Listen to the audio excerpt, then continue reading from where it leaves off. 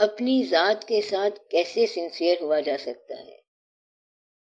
سب سے پہلے اپنے رشتوں کو پہچانو، ان رشتوں کے ساتھ صداقت کا تعلق رکھو، پھر جو آپ کا سیلف ہے، آپ کا یور سیلف بلکہ یور ریئل سیلف ہے، اس کو پہچانو۔ اس میں سب سے پہلے آپ کے رشتے آتے ہیں۔ سب سے پہلے اپنے رشتوں کو پہچانو۔ جو لوگ آپ سے تعلق رکھتے ہیں وہ آپ کا سیلف ہے، ان کے ساتھ سنسیئر ہو جاؤ۔ آپ کے خیال کے مطابق آپ کے مرنے پر جن لوگوں کو غم ہونے کا امکان ہے، اپنی زندگی میں ان لوگوں کو خوشی ضرور دے جاؤ۔ یہ میری نصیحت ہے۔ ان لوگوں کو بعد میں صرف رونے کے لیے نہ چھوڑ جانا، ان کو تھوڑا سا رونے کا حوصلہ بھی دے جاؤ۔ بس اتنا سا کام کر لو تو یہ سنسیریٹی ہے آپ کی اپنے سیلف کے ساتھ۔ ذرا جائزہ لو کہ آپ کے مرنے کے بعد کون افسوس کرے گا۔ انہیں اپنی زندگی میں ہی خوشی دے جاؤ۔ جس کو اپنی موت کا غم دے کے جانا ہے اسے زندگی میں خوشی بھی دے جاؤ۔ جب موت کا غم دے کے جاؤ گے تو زندگی کی خوشی بھی تو دے کے جاؤ۔ تو یہ ہے سنسیریٹی۔ اپنے بیہیویئر میں سنسیئر ہو جاؤ، یعنی جو آپ کہہ رہے ہو وہی کرو اور جو آپ کر رہے ہو وہی کہو۔ الفاظ اور اعمال میں تضاد نہ ہو۔ تو یہ سنسیریٹی ٹو یور سیلف ہے، یعنی جو آپ کہہ رہے ہو وہی کرو اور جو آپ کر رہے ہو وہی ہونا چاہیے۔ آپ کے الفاظ آپ کا باطن ہو اور آپ کا باطن الفاظ میں آئے۔ آپ کا کال آپ کا حال ہو اور آپ کا حال آپ کا کال ہو۔ یعنی کہ اگر آپ اپنے اندر سے خوش ہو تو اوپر سے غم کی بات نہ بولو، اور اگر آپ کا اندر غمگین ہے تو اوپر سے خوشی کی بات نہ بولو۔ یہ ہے سنسیریٹی۔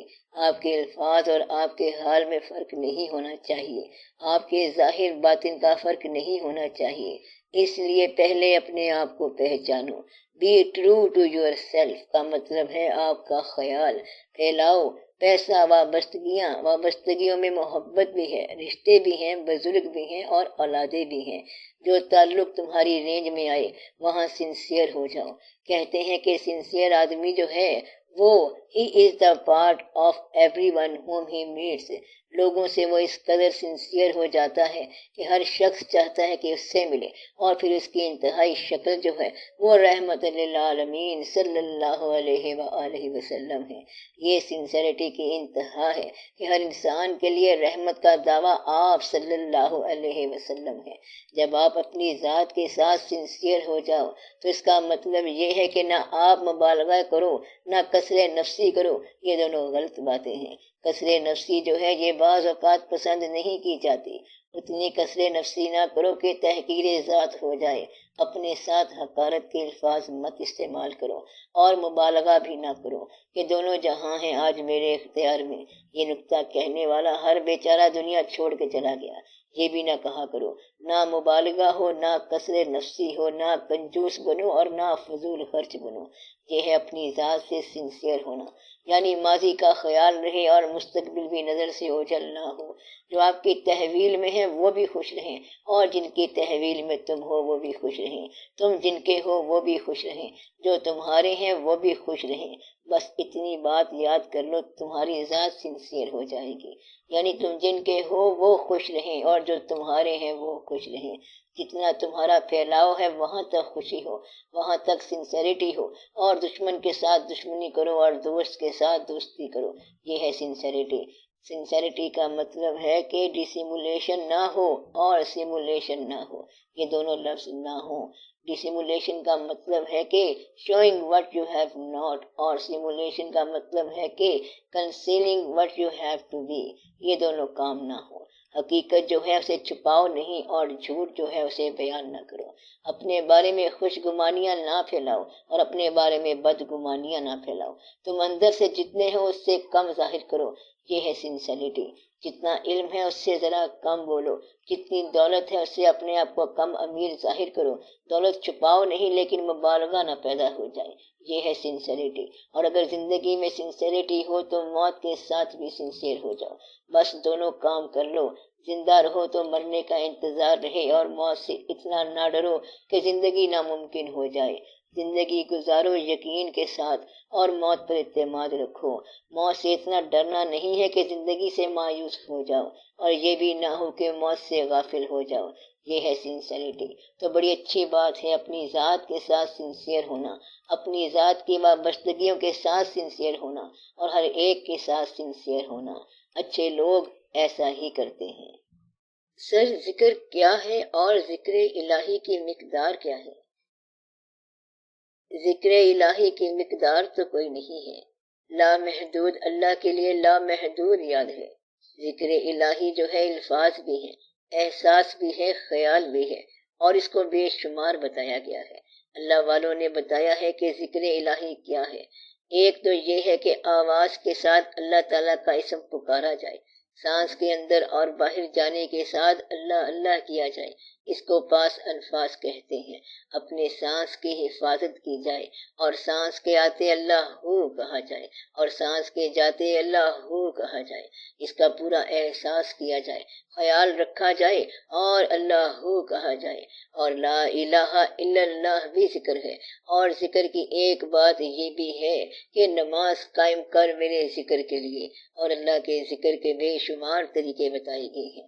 اللہ کی راہ میں چلنے والا محبت کے ساتھ جو عمل کر رہا ہے وہ بھی ذکر ہے، اور اللہ کی راہ میں فکر کرنا جو ہے یہ بھی ذکر ہے، تفکرون بھی ذکر ہے، تدبرون بھی ذکر ہی ہے، اور اللہ کی راہ میں خرچ کرنا بھی ذکر ہے۔ اگر پیسے والا آدمی ذکر کر رہا ہو تو اللہ اسے کہے گا کہ تو اللہ ہو کہتا جا رہا ہے اور پیسہ خرچ نہیں کرتا، لہذا تمہارا ذکر قبول نہیں ہوگا۔ اللہ کا حکم ہے کہ انسان ہرگز ہرگز نہیں فلاح پائے گا جب تک خرچ نہیں کرے گا وہ چیز جو پسند ہے اس کو۔ غریب آدمی کیا خرچ کرے گا؟ غریب آدمی اپنے دکھ پر خاموش ہو جائے تو یہ بھی ایک طرح کا خرچ ہے۔ اس خاموشی کی بدولت غریب غنی ہو جاتا ہے۔ غریب اگر اپنے دکھ پر خاموش ہو جائے تو وہ غریب غنی ہو جاتا ہے۔ کبھی بھی اپنے دکھ پر لوگوں کی گواہی نہ لو، دکھ کو خاموش کر دو اور اپنے غم کو پی جاؤ اللہ کے لیے، اور اللہ کی راہ میں یہ سوچ کر کہ یہ مصیبت اس کی طرف سے آئی ہے۔ خدا کی طرف سے آنے والی چیز کا مخلوق کے سامنے گلہ نہ کرو، اور مخلوق کے ظلم کا اللہ کے سامنے گلہ نہ کرو۔ یہ غریب آدمی کی سخاوت ہے۔ ایسا کرنے سے اس کا ذکر شروع ہو جاتا ہے۔ ذکر کا معنی ہے کہ اللہ کی راہ میں چلنے کا شعور پیدا ہو جائے۔ اللہ کی راہ میں چلتے ہوئے جو کچھ تم کر رہے ہو یہ سب کچھ ذکر میں شامل ہے۔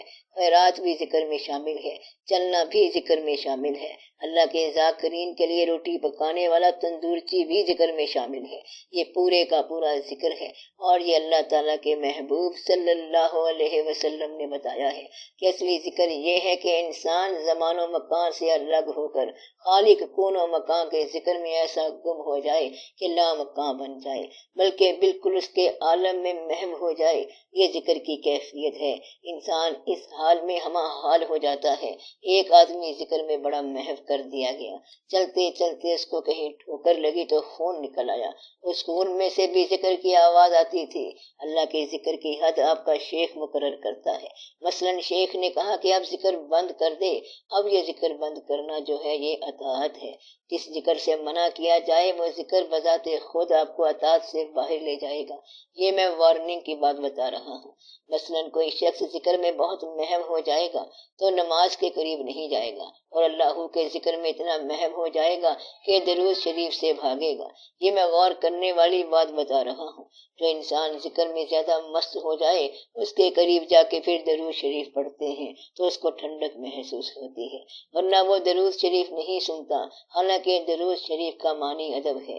شیخ کے حکم کے علاوہ ذکر بے باکی میں لے جاتا ہے، تیزی میں لے جاتا ہے، اڑا کے لے جاتا ہے، ادھر کا ادھر کر دیتا ہے، ادھر کا ادھر کر دیتا ہے۔ اس لیے ذکر کے لیے شیخ کا امر ہونا چاہیے، اور جس کا امر ہو اس کی حفاظت میں ہونا چاہیے اور اس کی سرپرستی میں ہونا چاہیے۔ بے باکی میں ذکر کرتے کرتے بعض اوقات انسان گمراہ ہو جاتا ہے۔ آپ بات سمجھ رہے ہیں؟ کہیں ایسا نہ ہو کہ ذکر بھی کرتے جائیں اور گمراہ بھی ہو جائیں۔ اس لیے یہ ضروری بات ہے کہ کہیں آپ کا ذاکر ہونا شریعت سے ٹکرا نہ جائے۔ ایسے لوگ دیکھے ہیں ہم نے۔ اس لیے ذکر کرتے وقت بڑی احتیاط چاہیے۔ ذکر شریعت کے اندر رہ کے کیا جائے اور کسی شیخ کے حکم سے کیا جائے اور کسی شیخ کی پناہ میں کیا جائے اور اس کے سہارے سے کیا جائے تاکہ منزل آسانی سے مل جائے۔